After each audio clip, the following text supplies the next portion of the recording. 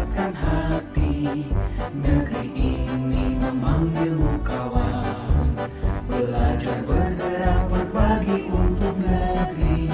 Guru penggerak majukan pendidikan, guru penggerak menghamba pada murid, kreatif rancang pembelajaran, hargai potensi tingkatkan prestasi, lahirkan profil pelajar Pancasila.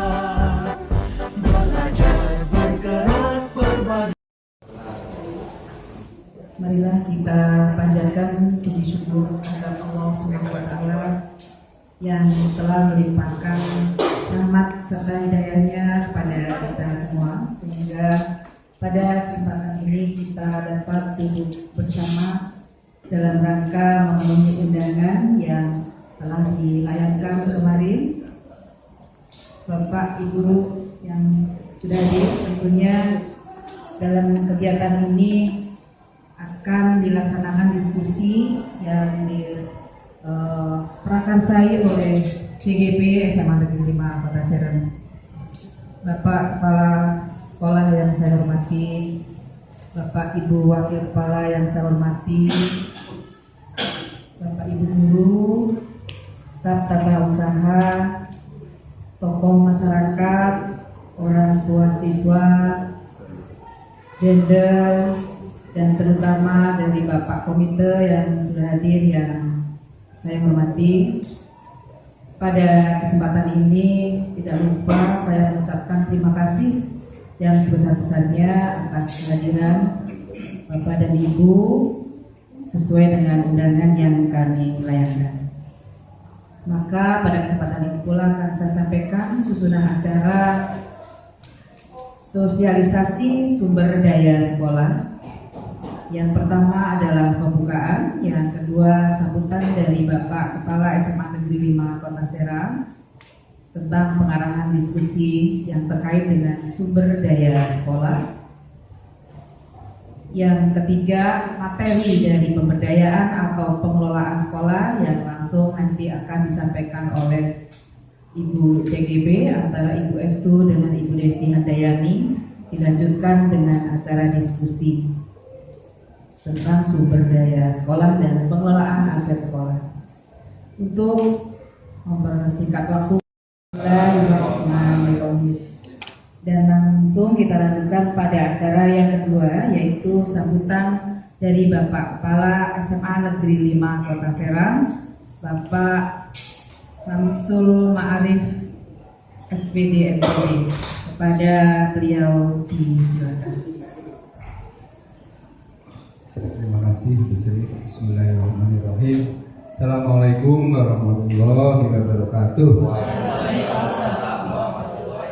Alhamdulillahirrahmanirrahim. Pada pagi hari ini kita sudah mendiskusikan tentang kepedulian kita terhadap penyelenggaraan pendidikan di SMA Negeri 5 Kota Serang.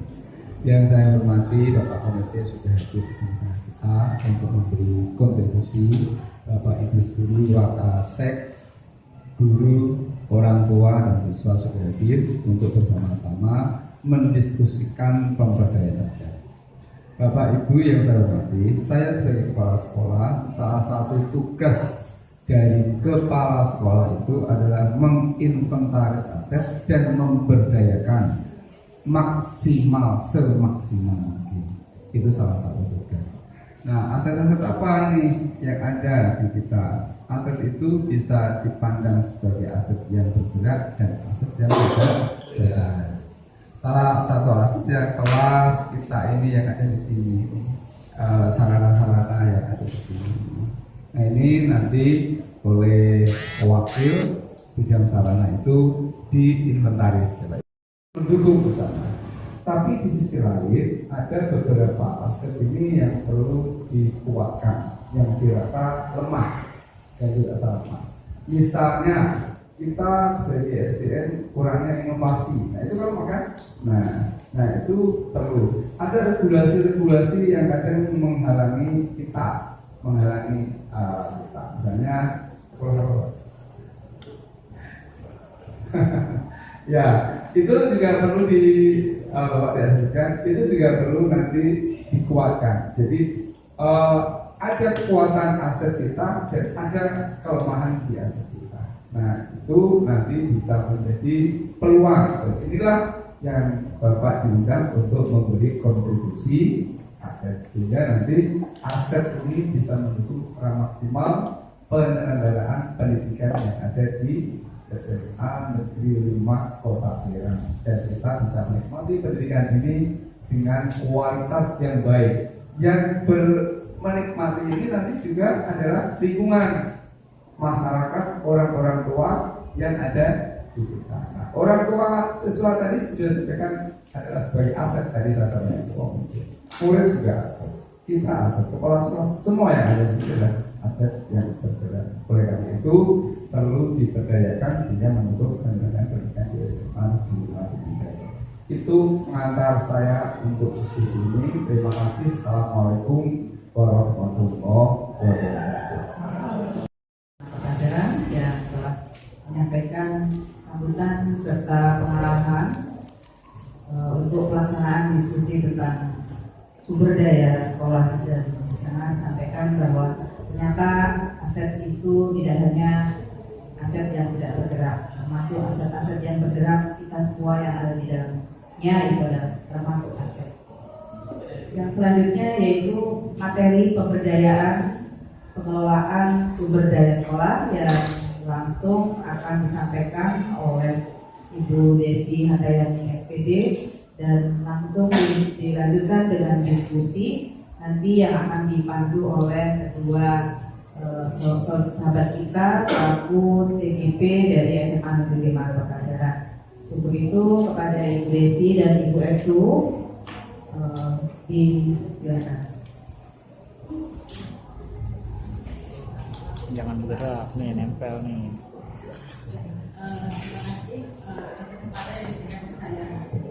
Terima kasih kepada kalian yang sudah hadir untuk kegiatan mengidentifikasi aset sekolah dalam rangka pengembangan sekolah seperti itu. Nah, di sini saya akan jelaskan dulu kenapa kita itu perlu diskusi untuk membicarakan masalah aset. Jadi tujuannya apa seperti itu. Nah, tujuan dari kegiatan kita berkumpul di sini untuk melakukan diskusi adalah mengidentifikasi secara kolaboratif bersama warga sekolah lainnya tentang aset, kekuatan atau sumber daya yang dimiliki oleh sekolah. Jadi kita nanti akan bersama-sama melakukan kolaborasi, berkoordinasi untuk membedah. Jadi aset-aset apa saja yang dimiliki di SMA Negeri 5 Kota Serang dalam rangka untuk pemberdayaan yang berpihak pada murid seperti itu.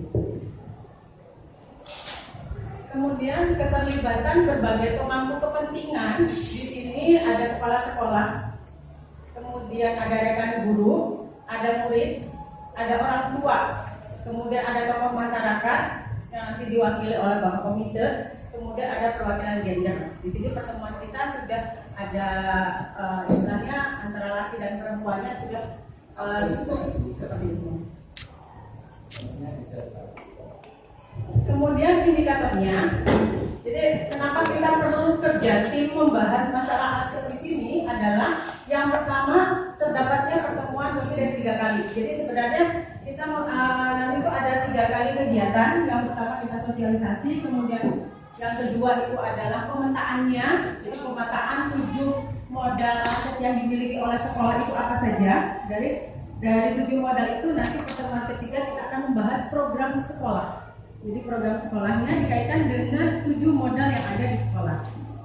Kemudian indikator yang kedua adalah melakukan analisis bersama. Jadi setelah kita memetakan ternyata sekolah SMA 5 itu ada 7 modal. Nah dari situ kita analisis. Nah kita bedah satu persatu, kita analisis nanti kaitannya untuk membentuk program. Kemudian kita juga nanti didokumentasikan dalam bentuk video ataupun dalam bentuk notulen seperti itu untuk pertemuan 3 kali pertemuan ini. Kemudian terdapatnya keselarasan pemahaman tentang proses pemetaan. Jadi sebelumnya kita akan menyamakan persepsi dulu tentang aset. Ya, jadi selama ini kita tahunya aset itu tidak bergerak saja. Ternyata aset itu juga terdiri dari bagian yang bergerak maupun aset yang tidak bergerak, seperti yang tadi sudah dipaparkan oleh Bapak Kepala Sekolah. Nanti akan kita bahas lebih lanjut. Nah, kemudian keterkaitan hasil pemetaan aset untuk pengembangan program sekolah, itu yang pertama adalah hasil pemetaan ini dipakai untuk mendukung tercapainya dampak yang ingin dilihat pada murid. Jadi 7 aset ini memang nanti intinya ini adalah untuk mengembangkan bagaimana potensi murid yang ada itu bisa tergali sehingga murid itu bisa dihantarkan oleh kita itu menuju ke gerbang kebahagiaannya. Jadi sesuai dengan cita-cita yang diimpikan oleh siswa tersebut. Sampai gerbang ada ya?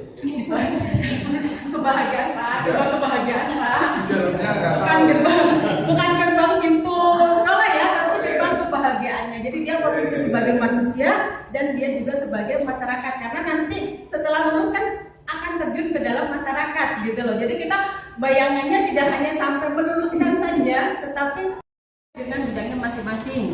Misalnya saja nanti ada modal fisik, nanti akan dijelaskan oleh Pak Nunu sebagai sarana prasarana. Kemudian untuk modal manusia, di sini sudah ada perwakilan siswa, kemudian ada perwakilan tenaga kependidikan seperti itu. Kemudian ada tokoh masyarakat juga, dalam hal ini diwakili oleh Komite. Terima kasih untuk waktu dan kesempatan yang diberikan. Dan saya hanya memaparkan sedikit, dan ini bukan menggurui, karena menyampaikan menyamakan pandangan kita tentang aset. Sebelum sana kita tahu sekolah itu adalah sebuah komunitas, ya, yang merupakan sebuah ekosistem pendidikan. Di mana sebuah ekosistem kita tahu pasti ada unsur biotik dan unsur abiotik. Di mana kedua unsur tadi saling berinteraksi satu dengan lainnya sehingga bisa menciptakan suatu hubungan yang selaras dan harmonis. Ya mungkin seperti pelajaran biologi ya Bu Istri ya, ada faktor biotik. Faktor biotik adalah faktor makhluk hidupnya.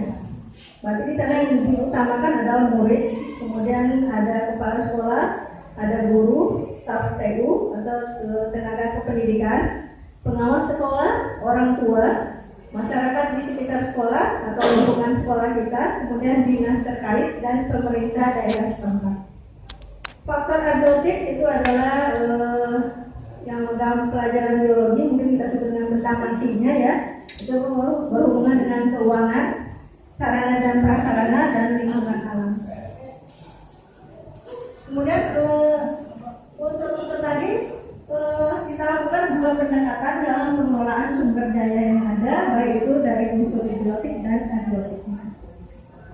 Pendekatan yang biasanya sering kita lakukan ada dua ya, pendekatan berbasis kekurangan atau defisit based approach.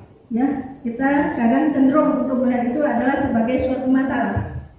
Kita memusatkan perhatian pada apa yang mengganggu kita, pada apa yang kurang, apa yang tidak kita punya.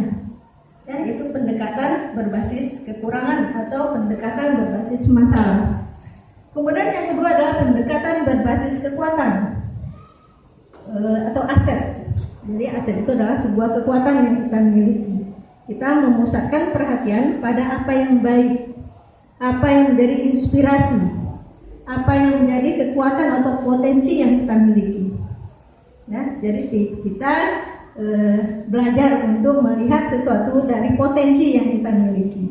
Jadi jangan melihat dari permasalahan yang ada. Berikutnya, nah ini pendapat dari Green dan Hines tahun 2010 menjelaskan kecenderungan cara pandang kita, cara memandang kita, pendekatan berbasis kekurangan atau masalah. Kita fokus pada masalah atau isu yang ada. Kita lupa kepada aset dan kekuatan yang kita miliki. Kemudian ada contoh yang lagi berkutat pada masalah utama. Ya, seharusnya kita membayangkan masa depan. Ya, jadi tidak hanya fokus pada masalah yang ada. Yang ketiga, mengidentifikasi kebutuhan dan kekurangan. selalu bertanya apa yang kurang, ya, apa yang terjadi, ada masalah apa, itu cenderung sering kita gunakan dalam keseharian kita. Dan diharapkan kita bisa berpikir tentang kesuksesan yang telah diraih dan kekuatan apa yang kita punya untuk meraih kesuksesan itu. Kemudian sering kita berpikir kita mencari fokus, mencari bantuan dari sponsor atau institusi lain. Ya, pendekatan berbasis kekuatan, kita mengorganisasikan kompetensi dan sumber daya yang kita punya. Ya, aset apa yang kita miliki, kekuatan apa yang kita miliki, itu yang akan kita gali bersama-sama. Kemudian dalam merancang program atau proyek, ya kita cenderung untuk menyelesaikan masalah. Ya, sedangkan pendekatan berbasis kekuatan merancang sebuah rencana berdasarkan visi dan kekuatan yang kita miliki. Kemudian pendekatan berbasis kekurangan juga mengatur kelompok yang dapat melaksanakan proyek. Nah, karena kita punya program kegiatan, kita rancang nih kelompok mana yang bisa melakukan. Ya, nah mindset yang pendekatan berbasis aset yaitu kita melaksanakan rencana aksi yang sudah diprogramkan. Berikutnya itu hanya pendapat dari Green Highness yang membuka mindset kita ke arah pendekatan aset, pendekatan berdasarkan kekuatan aset. Ada pendekatan ABCD namanya. Apa itu ABCD? Asset Based Community Development, ABCD. Atau bahasa Indonesianya pengembangan komunitas berbasis aset, PKBA. Ya, menekankan dan mendorong komunitas sekolah untuk dapat memberdayakan aset yang dimilikinya serta membangun keterkaitan antara aset yang ada agar menjadi lebih berdaya guna. Jadi ada namanya pendekatan ABCD. Nah, ini juga pendapat dari Bank of Ideas ya 2014 menyebut bahwa karakteristik komunitas yang sehat dan resilient. Jadi kita ingin komunitas sekolah kita adalah komunitas yang sehat dan tangguh. Ya, yang pertama adalah mempraktekkan dialog berkelanjutan dan partisipasi anggota masyarakat. Nah, bagaimana dialog itu kita lakukan di sekolah? Yaitu mendorong warga sekolah untuk menghargai keragaman yang ada demi masa depan murid. Yang kedua adalah menumbuhkan komitmen terhadap tempat. Bagaimana memperkuat komitmen warga sekolah untuk bergotong royong demi kemajuan murid. Tetap kita orientasi kita di sekolah adalah orientasi untuk kemajuan murid. Yang ketiga, membangun koneksi dan kolaborasi. Sekolah harus mampu mendorong perencanaan dan tindakan yang dilakukan secara kolaboratif, secara bersama-sama untuk membangun sekolah yang sehat dan inklusif. Ya, berarti ini adalah kita bekerja sama antar warga sekolah. Yang keempat, kita mampu mengenal diri sendiri dan membangun aset yang ada. Dan kita harus fokus pada sumber daya yang tersedia, kapasitas yang kita miliki, dan kekuatan aspirasi yang sudah ada. Dan kita adalah warga sekolah yang jumlahnya kita 1.600 ya, murid, guru, dan tenaga pendidikan. Itu adalah potensi yang luar biasa. Yang kelima, membentuk masa depan. Membentuk masa depan berarti berhubungan dengan visi sekolah. Bagaimana cara kita mewujudkan cita-cita kita, mimpi kita pada murid-murid kita. Yang keenam, bertindak dengan opsi tadi kita bicarakan bersama-sama. Dan kami di sini, saya dan Bu Estu hanya memandu bagaimana kita bisa berdiskusi untuk menentukan apa yang kita punya, dan itu adalah aset kita. Kita tidak bicara tentang kekurangan, tapi kita bicara tentang kekuatan yang kita punya. Ya, tujuannya apa? Untuk mencapai, untuk mewujudkan visi yang ada di sekolah. Ya, semuanya tetap keberpihakan kepada murid. Untuk pemimpin diskusi gimana, Mbak? Ya, kita lanjut, Pak.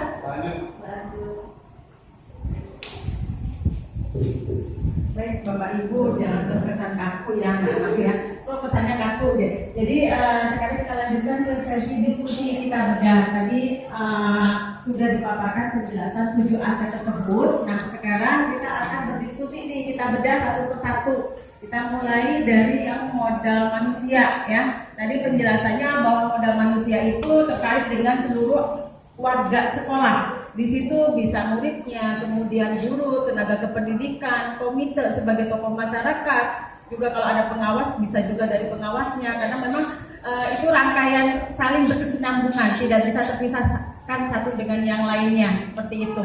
Nah, untuk modal aset mungkin saya minta dari perwakilan Bu Nunik untuk memetakan bagaimana nih modal aset manusia untuk tenaga gurunya, ya tenaga guru maupun tenaga kependidikan. Kita tuh punya apa di sekolah SMA Negeri 5 Kota Serang itu? Mungkin Bu Nunik bisa memberikan penjelasan bahwa terkait dengan modal aset manusia itu guru itu jumlahnya berapa atau apa itu seperti itu. Silakan Bu Nunik.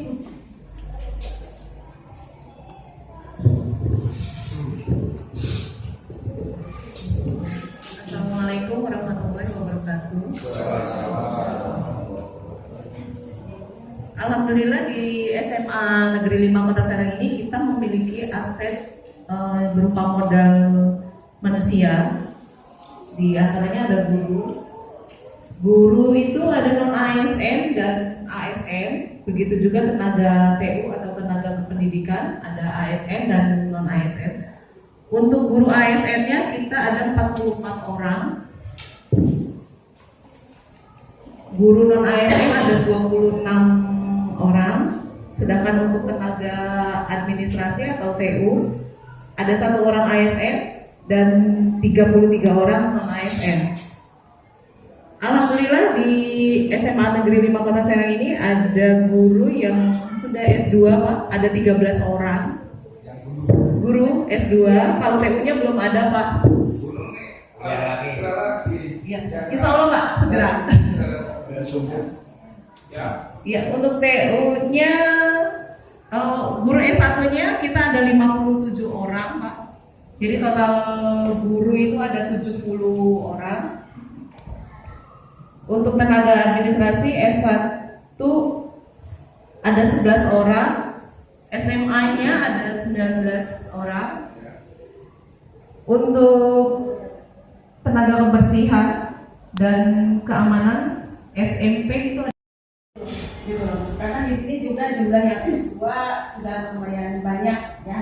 Cuma nanti mungkin lebih diarahkan lagi untuk teman-teman kita yang belum S2 ataupun yang masih SD, SMP itu mungkin diarahkan lagi seperti itu supaya kompetensinya meningkat, karena memang sesuai dengan zamannya bahwa siswa-siswa kita yang ada di SMA 5 ini juga memiliki potensi yang besar ya. Jadi kita juga sebagai gurunya, karena guru itu memfasilitasi apa keinginan dan kebutuhan gurunya, jadi dia harapkan kita juga menyesuaikan, jadi mengimbangi supaya potensi siswa itu tergali gitu loh, kreativitasnya juga tergali seperti itu. Nanti mungkin kita bisa memberikan dukungan kepada guru untuk lebih meningkatkan kompetensinya. Kalau memang belum ada kemampuan untuk sekolah S2 karena mungkin ada banyak hal ya, tapi minimal guru itu bisa mengikuti pelatihan yang ada, entah itu baik online maupun luring seperti itu. Jadi sebenarnya untuk meningkatkan kompetensi itu tidak hanya sebatas harus meningkatkan mutu dan pendidikannya saja, kita juga bisa melihat dari mengikuti berbagai pelatihan yang ada. Sekarang sarannya sudah mulai banyak seperti itu. Sebelumnya terima kasih. Saya sebagai perwakilan siswa yang berperan penting dalam sekolah juga, yang berperan penting bagi sekolah, yaitu bagaimana siswa bisa mengembangkan bakatnya masing-masing, yang dimana bakat tersebut bisa berkembang oleh sekolah agar kegiatan organisasi eskul di sekolah bisa lebih berkembang maju. Dan untuk siswa ada kurang lebih 1.500 Itu dari kelas 10, kelas 10, 11, 12, IPA, IPS. Satu angkatan kurang lebih 400 sampai 500. Terima kasih untuk Gina. Saya di sini ingin menjelaskan modal siswa, modal manusia ya. Jadi saya di sini bisa belajar berpolitik.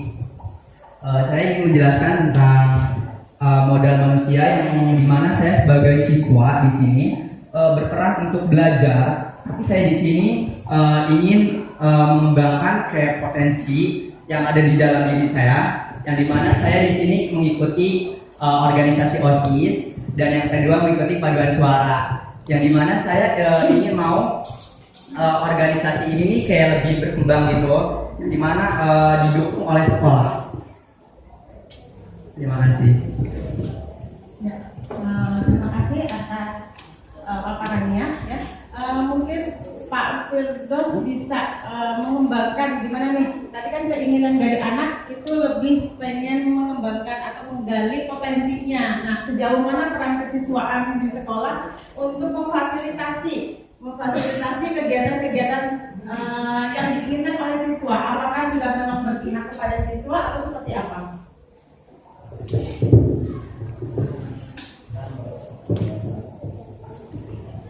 Ya, terima kasih.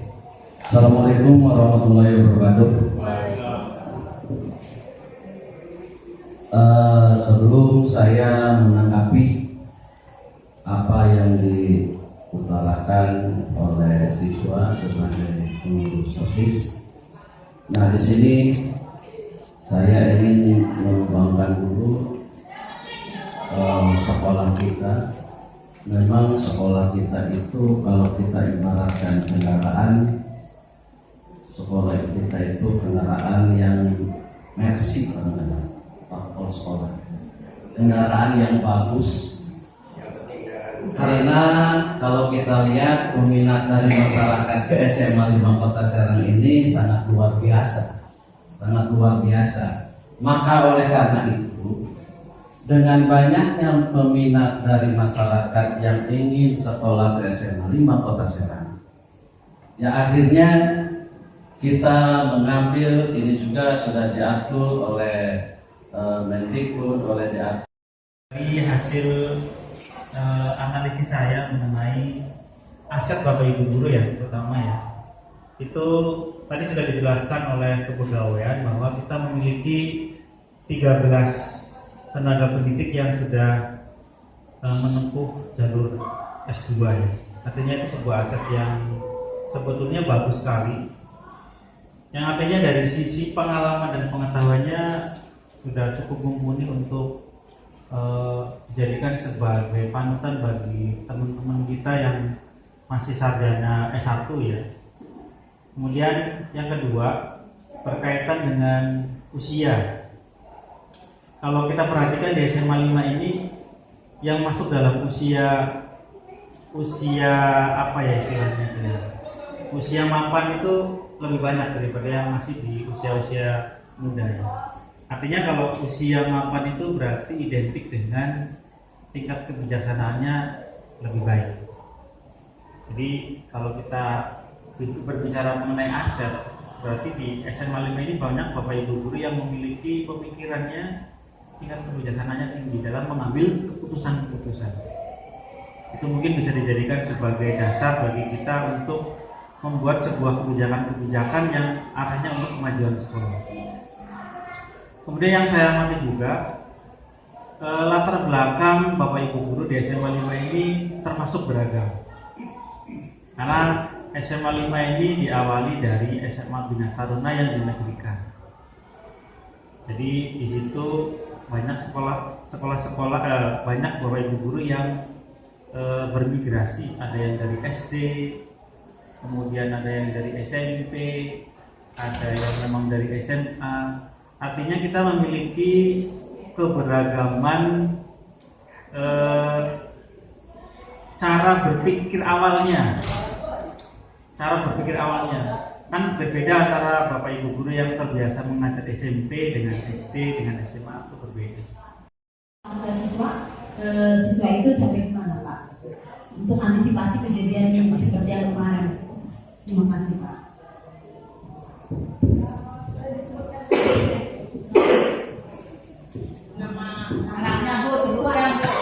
Orang tua siswa dari Rahmat Kamiludin Pak, kelas 3 IPA 5. Terima kasih.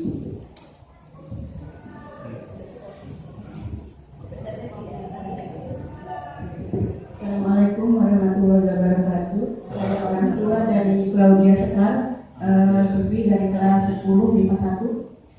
Mungkin sekedar mengusulkan masukan gitu. Kan kami di sini sebagai orang tua dari siswa menyekolahkan di sini itu menitipkan gitu kasarnya, biar anak itu karena kita tuh pintar terus berakhlak yang lebih baik, bisa mengantarkan anak kami itu mencapai cita-citanya. Jadi kami mohon sebagai guru-guru di sini semua ini yang menjadi orang tua pengganti kami yang di rumah, sekiranya mohon lebih membimbing lagi gitu Pak. Misalnya begini, ada siswa yang terlambat sekolah, sementara kami tahu si siswa itu, si anak kami itu berangkat dari rumah itu setengah 7. Entah mungkin di perjalanan atau gimana, mungkin sampai sekolahnya telat.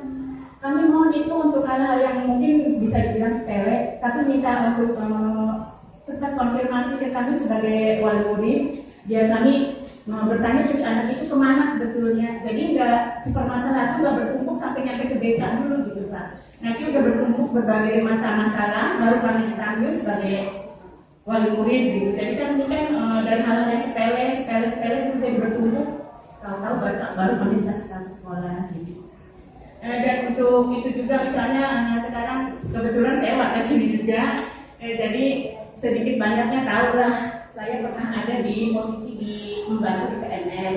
Jadi ada beberapa siswa yang mungkin jam pelajaran apa gitu dengan beralasan sakit, dan ternyata setelah observasi, setelah diteliti si anak itu cuma beralasan. Dan kami mohon si guru itu, si guru mapel yang pas pada waktu si anak itu izin segera memberitahu wali kelas, dan si wali kelas itu mengkonfirmasikan ke kami sebagai wali murid gitu Pak. Jadi ada masukan gitu ke kami itu, kok anaknya nggak masuk gitu, beralasan misalnya pelajaran matematika, ada apa dengan matematika gitu, maksud kami gitu Pak. Terima kasih. Assalamualaikum warahmatullahi wabarakatuh. Menemani, menanya, dan seterusnya, ya Bu ya. Nah, kalau itu dirasa lemah, berarti nanti kita tingkatkan kompetensinya melalui IHP yang akan dilaksanakan, ya Bu ya. Dan memang bagi anak yang berpersoalan, kita tidak bisa serta-merta langsung menghubungi orang tua. Pasti dibina dulu oleh guru dan BK yang ada di sini, Bu ya. Jadi nanti setelah dibina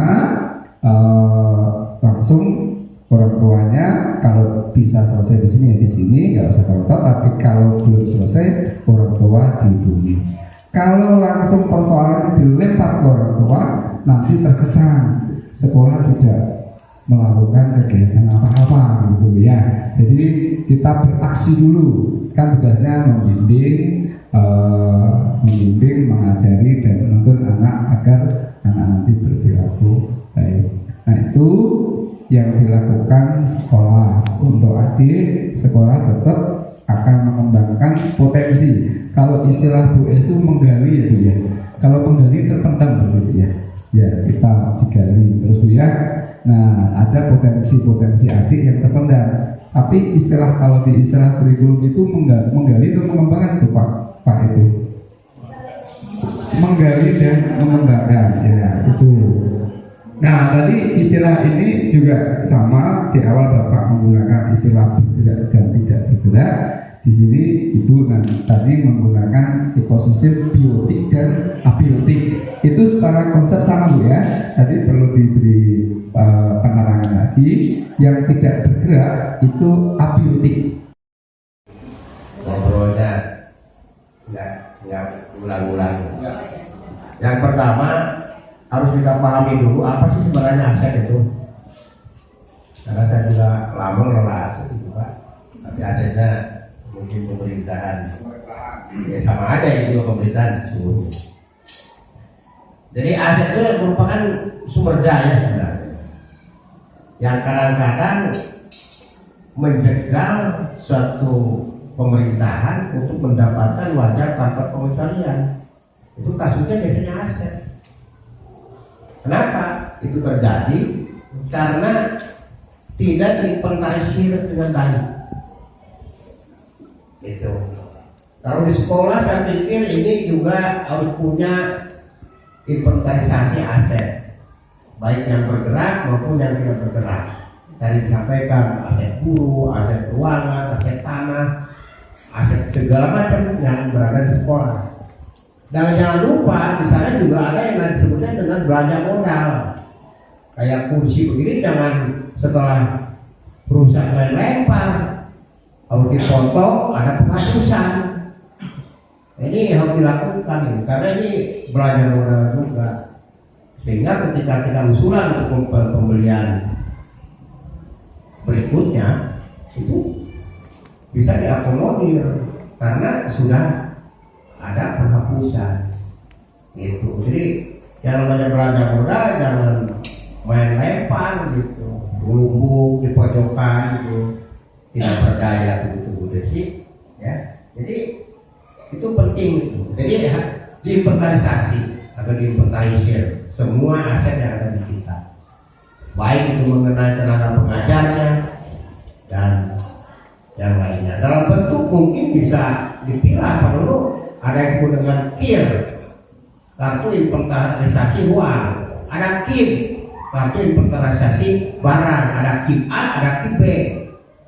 Kalau KIP A itu berkaitan dengan tanah, kalau KIP B itu berkaitan dengan gedung.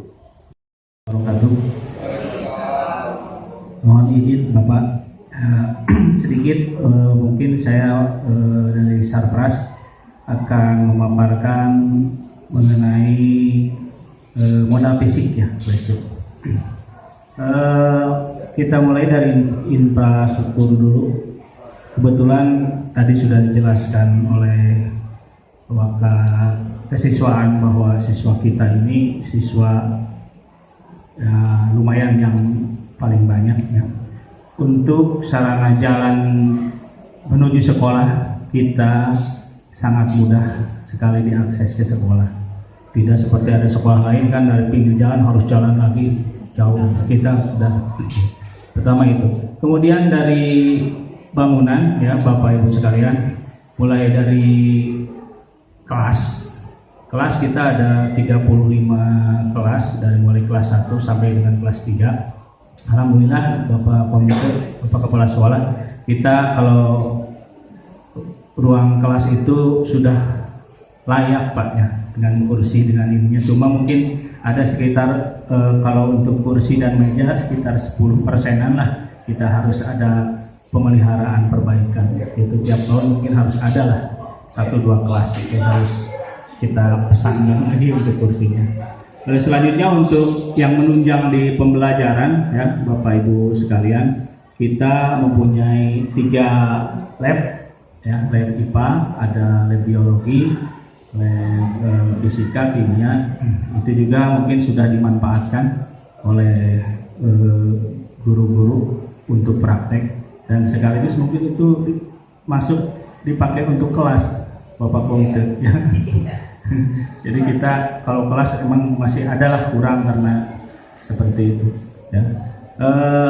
Dan yang selanjutnya untuk bangunan toilet ini hubungannya dengan sanitasi dan kebersihan siswa. Mungkin toilet kita siswa ini Pak ada 26 ya, itu belum ideal sesuai dengan yang diharapkan ya. Kalau minimal satu berbanding 40 atau apa ya, minimal harus 35 nah, kita masih kurang tetap. Tapi toilet kita ya masih layak dipergunakan dan untuk sarana yang lainnya kayak parkir sekarang alhamdulillah kita udah selesai itu di depan ya diharapkan nanti Bapak Ibu yang parkirnya karena sudah tersedia di depan. Bismillahirrahmanirrahim. Assalamualaikum warahmatullahi wabarakatuh. Ya. Di sini saya akan sedikit memaparkan tentang modal aset, terutama untuk poin sosial. Karena ini termasuk aset yang berupa kekuatan, otomatis semuanya arahnya positif, ya. Ada 3 poin yang akan saya sampaikan dari aset sosial. Yang pertama yaitu aturan, yang kedua kepercayaan, dan yang ketiga adalah jaringan. Untuk yang pertama, aturan. Kita sebagai makhluk sosial tahu bahwa tidak bisa hidup sendiri, makanya kita butuh wadah untuk menampung bakat, ya. Itu ada di sekolah. Sekolah tidak serta-merta terus kemudian dengan banyaknya orang dibuat tanpa aturan. Semua sekolah dibuat dengan adanya aturan. Tujuannya apa aturan itu dibuat? Aturan itu dibuat untuk mengendalikan manusia agar teratur hidupnya, ya. Terus kemudian aturan itu juga bisa memberikan rasa nyaman pada saat proses pembelajaran itu berlangsung. Terus kemudian yang berikutnya, dengan memberikan rasa nyaman kepada anak, otomatis kita sekolah bisa memberikan pelayanan yang prima terhadap peserta didik, gitu. Ya, jadi ada runtutannya. Aturan itu ada untuk memberikan rasa nyaman, untuk mengatur. Terus kemudian dari situ, kalau kita sudah merasa aman, berarti kita sudah bisa memberikan pelayanan yang prima kepada peserta didik. Dan satu Pak, harapan saya yang kedepannya itu minta tolong kalau bisa kedepannya SMA 5 untuk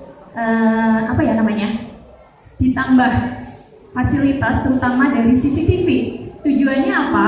Tujuannya untuk memantau aktivitas seluruh sivitas akademik, baik itu siswa maupun guru, terutama untuk menekan tindakan kriminalitas yang menurut saya saat ini sedang ramai atau sedang jadi trending topik di SMA 5 seperti itu. Itu dari satu poin yang aturan. Poin kedua yaitu kepercayaan. Kepercayaan. Kita tahu di SMA 5 ada 1.500 siswa. Gurunya ada atau kemudian ada tenaga pendidik dan kependidikannya itu mungkin ada 100 lebih. Jadi kurang lebih ada 1.600 orang. Kita itu ibarat miniatur multikulturalisme, ya. Di Indonesia yang terdiri dari banyak ras, suku bangsa, agama. Tapi yang menjadi poin saya di sini adalah agama. Agama adalah hal yang sensitif. Tapi alhamdulillah di SMA 5 itu sudah mampu memberikan wadah kepada murid-murid yang memiliki agama yang beragam. Kalau Islam kita sudah punya wadahnya, tahu setiap hari Jumat. Untuk yang noni pun sudah kita fasilitasi walaupun belum semua agama. Tapi minimal sudah ada wadahnya. Itu untuk segi kepercayaannya. Terus kemudian untuk jaringan. Alhamdulillah SMA 5 saya acungi jempol untuk empatinya yang cukup tinggi. Ini terbukti dari adanya uang duka ketika ada orang tua atau bahkan siswa yang meninggal, kita memberikan kontribusi. Berarti secara gak langsung kita memiliki hubungan yang baik dengan orang tua siswa. Terus kemudian poin berikutnya, bukan cuma sekedar orang tua, kita juga sering berkolaborasi. Misalnya dengan puskesmas, memberikan misalnya kayak imunisasi, terus kemudian ada obat penambah darah, terus kemudian kita juga pernah berkolaborasi dengan BNN Pak, terus kemudian dengan pihak kepolisian untuk diundang sebagai narasumber, kemudian untuk TNI dan lain sebagainya. Mungkin dari saya cukup itu karena mencakup 3 poin, ada aturan, kepercayaan, dan jaringan. Seperti itu. Terima kasih. Saya akhiri. Wassalamualaikum warahmatullahi wabarakatuh. Mungkin ada tambahan dari Bu Eti, Manda. Assalamualaikum warahmatullahi wabarakatuh. Saya menambahkan sedikit. Betul apa yang dikatakan Bu Eva. Saya menambahkan dari wali kelas karena saya adalah wali kelas kelas 3. Kalau dari hubungan sosial untuk wali kelas ini memang berat ya. Perannya? Karena wali kelas itu jembatan sekolah dengan orang tua murid. Maka sebisa apapun wali kelas harus bisa dekat dengan orang tua murid agar apa yang siswa hadapi atau apa kesulitan apa yang dihadapi siswa itu bisa dengan mudah kita mengatasinya. Selama ini pengalaman saya wali kelas ini sampai hubungan 3. Pertama, yang ingin saya sampaikan terkait dengan masalah proses pengadministrasian keuangan. Sekali lagi, bahwa sekolah ini hanya mengandalkan sumbernya dari dana POSK. Satu-satunya dana yang kita harapkan itu masih banyak terkendala. Kendalanya apa? Ini terkait dengan masalah dapodik. Oleh karena itu, antara siswa yang masuk maupun yang keluar itu harus segera dilakukan update datanya, sehingga pada saat pengambilan data itu sesuai dengan kondisi realnya. Jadi kepada teman-teman semuanya, bahwa jumlah siswa berpengaruh terhadap jumlah besaran yang kita terima dari BOSP. BOSP itu Bantuan Operasional Satuan Pendidikan. Dulu namanya BOS, sekarang berubah lagi menjadi namanya BOSP. Terkait lamanya pencairan, ya, kemarin kami sudah melakukan rekon dengan pihak keuangan didik dan BPKAD. Kita ternyata bermasalah di aparatur pengawas internal yang disebut dengan APIK. Pandeglang alhamdulillah menjadi gelombang pertama dicairkannya. Kemudian Seragon kemungkinan gelombang terakhir. Sampai detik ini pun tadi saya ngecek ke portal BOS, Pak, belum ada tanda-tanda kilanya, belum ada. Tapi di sini untuk moda agama dengan budaya, saya ambil dari kesehari-harian SMA Negeri 5 Kota Serang yang sudah dilakukan. Alhamdulillah, sudah beberapa tahun ini kami tidak pernah menghilangkan kegiatan rutin yang sudah sering kita lakukan, terutama yang di agama. Tadi sudah disinggung oleh Bu Eva di sosial, bahwa kita sudah melakukan kegiatan rutin setiap hari Jumat. Itu adalah pengajian yasinan untuk yang muslim. Sedangkan untuk yang non-Islam itu ada pembinaan dari Pendeta Lintong. Walaupun ini masih belum sesuai dengan agamanya, artinya di dalam noni itu ada yang Buddha, ada yang Kristen, ada yang Katolik dan lain sebagainya. Tapi kami masih menggunakan Pendeta Lintong untuk memberikan pembinaan secara umum. Untuk moda agama pun alhamdulillah kami sering mengadakan kegiatan-kegiatan Islami, misalkan Maulid Nabi. Itu pun sudah saya hubungkan dengan budaya juga, karena memang tradisi di Kota Serang itu, khususnya Banten mungkin ya, atau Kota Serang, kalau Maulid Nabi itu mega, semua dikeluarkan. Kalau di daerah-daerah tertentu mungkin ya, semua dikeluarkan, semua dipajang. Yang dari motor pun ikut dipajang, spring bed itu ikut dipajang. Alhamdulillah kami di SMA 5 ikut melestarikan budaya tersebut, walaupun kami tidak seperti daerah-daerah yang lain, hanya sebatas ini loh pajang bulut yang ada di Kota Serang, kami ikut memeriahkan, walaupun isinya hanya ada Indomie, kopi, ya, dan itu pun kami salurkan untuk siswa-siswi kami yang tidak mampu. Nah, salah satu aset saya menyampaikannya politik itu memang kebijakan politik itu kita tidak bisa apa-apa. Contohnya pendidikan gratis. Nah, kita kan bisa apa-apa. Peraturan-peraturan yang terkait keuangan nggak bisa apa-apa. Nah, itu harus disadari oleh SDM-nya. Ya, jangan SDM bilang seperti yang disampaikan, saya tidak mau tahu. Tidak bisa, karena memang begitu regulasinya. Iya, nggak bisa apa-apa. Ya, Bu ya. Nah, Itu Bu ya, salah satu kebijakan yang memang kita tidak bisa. Nah, dari kekurangan itu, kepala sekolah harus melihat metodenya tadi sudah disampaikan, melihat dari sisi kekurangan dan sisi kekuatan.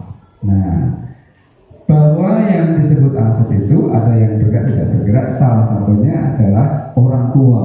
Itu adalah sebagai aset. Kita murid aset, guru aset. Saya kasih contoh. Kemarin kesiswaan bersama Bu Rina datang ke kantor untuk melakukan anak-anak untuk perpisahan. Nah, ternyata biaya operasionalnya tidak mencukupi. Kalau kita berpikir kekurangan, ya wis lah, kalau usah perpisahan dikumpulin aja. Boleh, ya, tapi anak-anak menginginkan sebuah perpisahan karena setelah COVID dia belum melakukan perpisahan. Berarti komite orang tua sebagai aset harus membantu menyelesaikan persoalan itu. Itu berpikir secara kekuatan Pak. Jadi memberdayakan aset. Itu Bu ya, metodenya yang aplikasi masuk di persoalan itu ya. Itu salah satu persoalan. Nah, itulah nanti dari berbagai ini yang Bapak harapkan ditangkap itu adalah metode untuk menyelesaikan. Bos belum turun karena sebuah regulasi. Tidak bisa apa. Pak Kolik berpikir aset apa yang bisa diberdayakan untuk supaya listrik ini tetap menyala. Nah, ya kan? Betul kan? Kalau misalnya Pak Kolik dan teman-teman tidak berpikir kekurangan, ya udah, wis dimulai mati. Penyelenggaraan pendidikan tidak berjalan, itu ya Pak Kolik ya. Nah, itu metode yang tadi disampaikan itu begitu ya Bu ya. Itu maksudnya begitu. Mungkin itu secara inti dan saya sampaikan terima kasih. Bu Eva sama Bu Eti tadi sudah bagus menyampaikan, memang Bapak minta tolong sosiologi dan data. Ya. Sosiologi adalah penting bagi kita Pak, untuk membantu menyelesaikan permasalahan dari sisi sosial. Ya, tadi sudah disampaikan oleh Bu Eti, nanti Bu Eti boleh aksi nyatanya boleh disampaikan ke dulu. Bu Eva juga boleh menyampaikan dulu, yaitu tentang peraturan